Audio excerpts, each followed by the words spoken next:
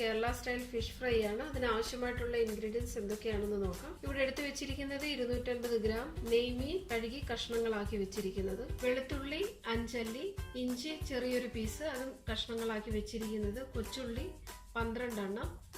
ഇതെല്ലാം ഗ്രൈൻഡറിലോട്ട് ഇടുക.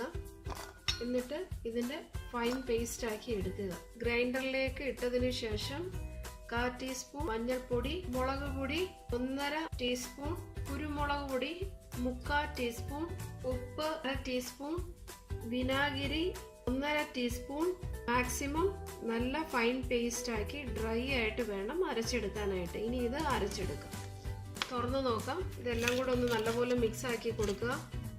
ഇതിനകത്തിന് കുറച്ച് വെള്ളത്തിൻ്റെയും കൂടെ ആവശ്യമുണ്ട്. ഞാനൊരു 2 ടേബിൾ സ്പൂൺ വെള്ളം ഒഴിക്കുകയാണ്. എന്നിട്ട് നല്ല ഫൈൻ പേസ്റ്റ് ആക്കി അരച്ചെടുക്കുക. ഇപ്പോൾ അരഞ്ഞു വന്നിട്ടുണ്ട്. ഇനി ഈ അരപ്പെല്ലാം നമ്മൾ എടുത്തു വെച്ചിരിക്കുന്ന മീനിലേക്ക് കുറച്ച് ഇട്ടിട്ട് പുരട്ടിയെടുക്കുക. വിനാഗിരിക്ക് പകരം വേണമെന്നുണ്ടെങ്കിൽ നാരങ്ങ നീര് ഒഴിക്കാം.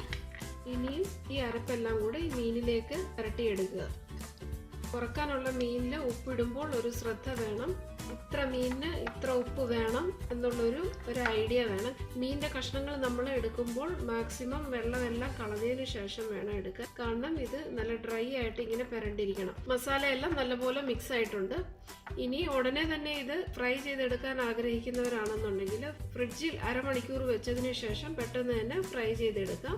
അല്ലാന്നുണ്ടെങ്കിൽ റൂം ടെമ്പറേച്ചറിൽ വെച്ച് കഴിഞ്ഞാൽ 45 മിനിറ്റ്സ് ടു 1 അവറിനകത്ത് ഇത് ഫ്രൈ ചെയ്തെടുക്കാൻ. ഇപ്പോൾ റൂം ടെമ്പറേച്ചറിൽ ഇരുന്നിട്ട് 45 മിനിറ്റ്സ് കഴിഞ്ഞിട്ടുണ്ട്. മസാലയെല്ലാം മീനിൽ നല്ലപോലെ പുരണ്ടിട്ടുണ്ട്. ഇനി ഇത് ഫ്രൈ ചെയ്തെടുക്കാം. പാൻ ചൂടായിട്ടുണ്ട്. അതിലേക്ക് ഫ്രൈ ചെയ്തെടുക്കാൻ ആവശ്യമുള്ള എണ്ണ ഒഴിക്കുക. എണ്ണ ചൂടായിട്ടുണ്ട്. അതിലേക്ക് എടുത്ത് വെച്ചിരിക്കുന്ന മീനിടാം. മീഡിയം ഫ്ലെയിമിൽ വെച്ച് ഫ്രൈ ചെയ്തെടുക്കുക. ഇത് മറ്റേ സൈഡ് ഒന്ന് മറിച്ചിടാം. കുറച്ച് സമയം കഴിഞ്ഞതിന് ശേഷം മാത്രമേ മറിച്ചിടാവൂ. ഉടനെ തന്നെ മറിച്ചിടരുത്. 10 മിനിറ്റ് കഴിഞ്ഞതിന് ശേഷം മാത്രമേ അപ്പുറത്തെ സൈഡ് ആദ്യമേ മറിച്ചിടാവൂ.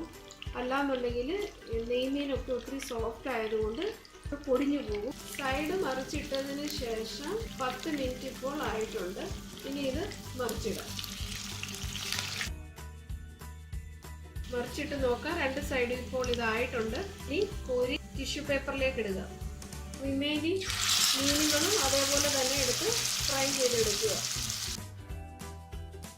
നാടൻ ഫിഷ് ഫ്രൈ റെഡി ആയിട്ടുണ്ട്. എല്ലാവരും തന്നെ ട്രൈ ചെയ്യുക. ഇഷ്ടപ്പെട്ടുവെങ്കിൽ ഷെയർ ആൻഡ് സബ്സ്ക്രൈബ് ചെയ്യാൻ മറക്കരുത്. കമൻറ്റ്സ് ഇടാനും മറക്കരുത്. Thank you for watching.